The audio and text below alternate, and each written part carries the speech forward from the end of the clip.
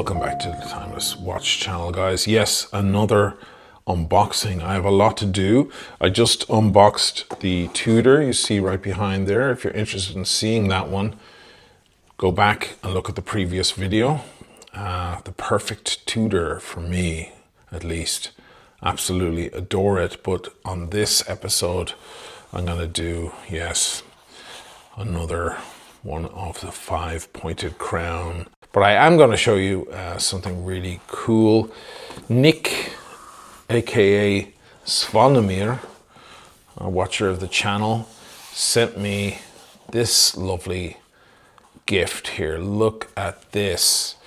I guess Nick, or Svanemir, I don't know how he wants to be called, was looking at my my whiskey glasses and he wasn't satisfied with what he saw. So he's like, can you drink that beautiful whiskey out of real whiskey glasses, please?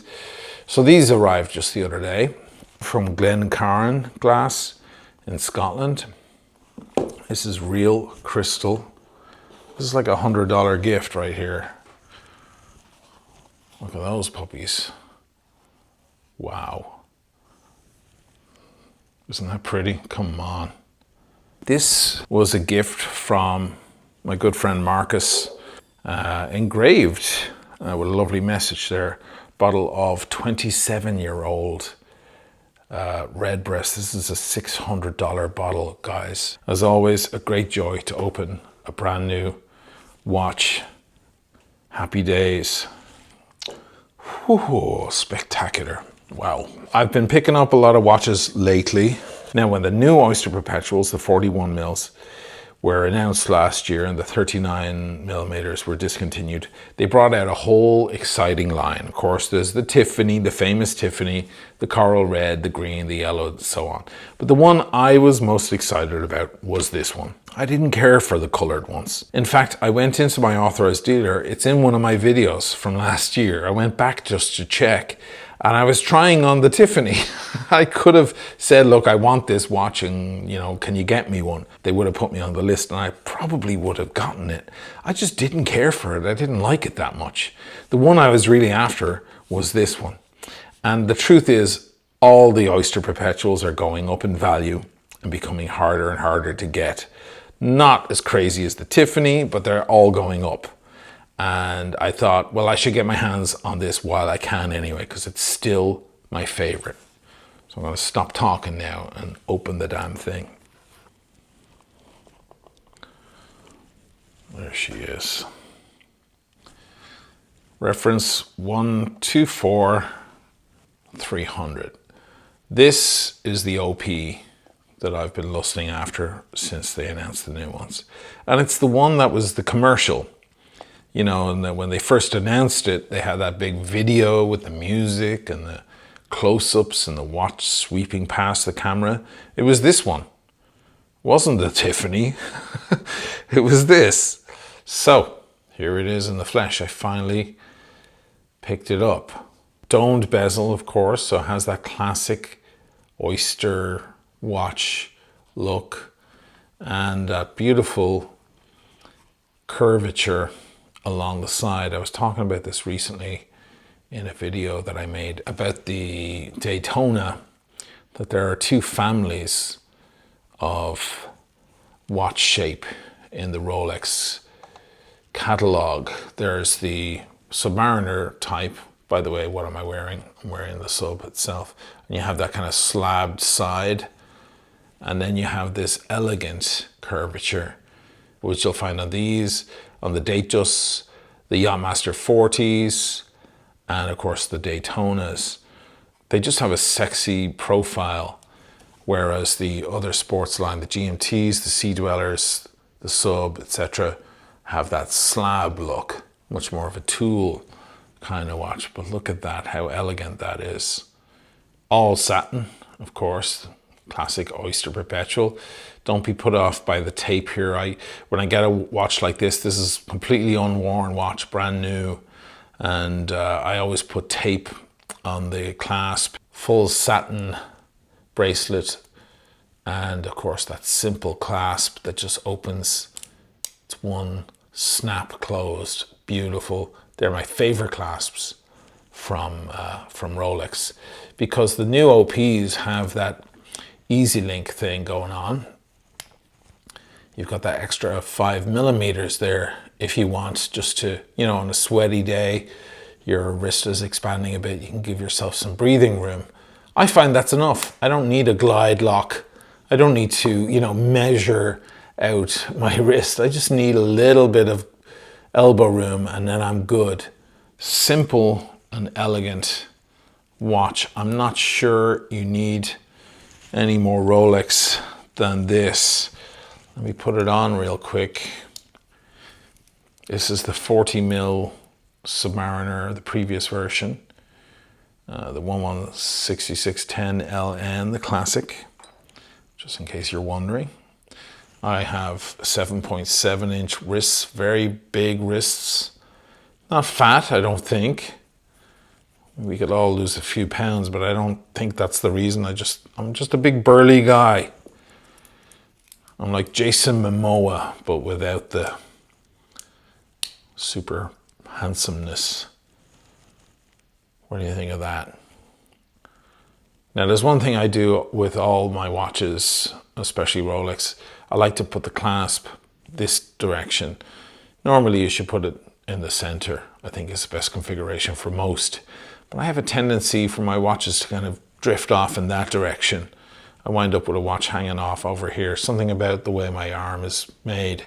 So I like to have it a little more taut on this side. So I usually remove as many links as I can on this side and put them over here. And that way I get this kind of squared off look as well. I kind of like that. And it pulls the watch in this direction. Let's take a look at what we got in the box. There are no extra links here. I've got big arms, as I said. But for most of you, I think you probably have one link removed. This is all the usual stuff. Nothing odd here. Oyster Perpetual. This is the new type of card. Rolex have recently changed their cards and their Tudor cards as well. And they have this gold outline and no actual information on the buyer. It used to be that you'd put your name in, or they would write your name in, or your initials and your last name or something like that. But that's gone. It's now in a chip on the inside, and they activate it by placing it against their cell phone. They have an app in the authorized dealer. This ugly tape here is just covering the serial number. And as you can see, it's from the very end of 2021. So brand new watch. For me, it was just about getting one of these things before all the Oyster Perpetuals were unavailable, or were just before they skyrocketed. Even the price of this now it's double. It's trading at double its retail price, which used to be a crazy thing, but in the world of Oyster Perpetuals now, it's not at all, seeing as the Tiffany is now trading at 10 times in some cases its price, or at least 6 or 7 times its retail price.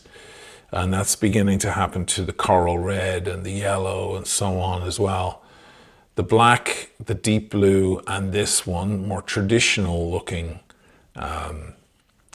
configurations, you might say, haven't been as affected as the others, because the others are so funky and strange and weird. And of course the Tiffany got everybody excited because it sounds like it's from Tiffany, but it isn't. It has nothing to do with Tiffany at all. And the blue isn't even a Tiffany blue, really. It's kind of different, but it's, I suppose, similar.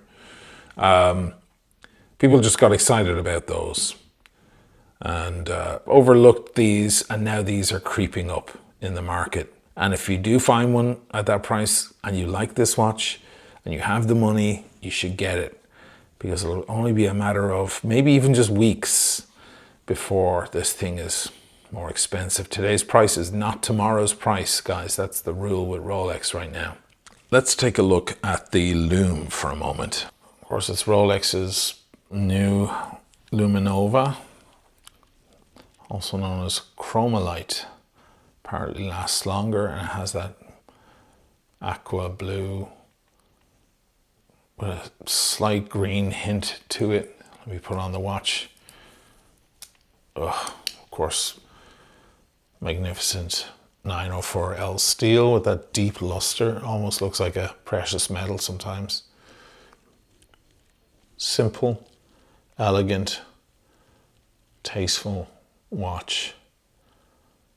Now, of course, the 41mm size, bigger than the 39mm previous generation, also comes with a wider bracelet. They increase the width here from 20mm to 21, lug to lug. So you have a more substantial clasp and bracelet. It's for the bigger guys. Otherwise, you can go for the 36mm, more of a classic size, if that's more you. But I'm delighted with this size. And that's it, guys. One last look there. Ain't she pretty? Beautiful. And some wonderful red breast, 27-year-old.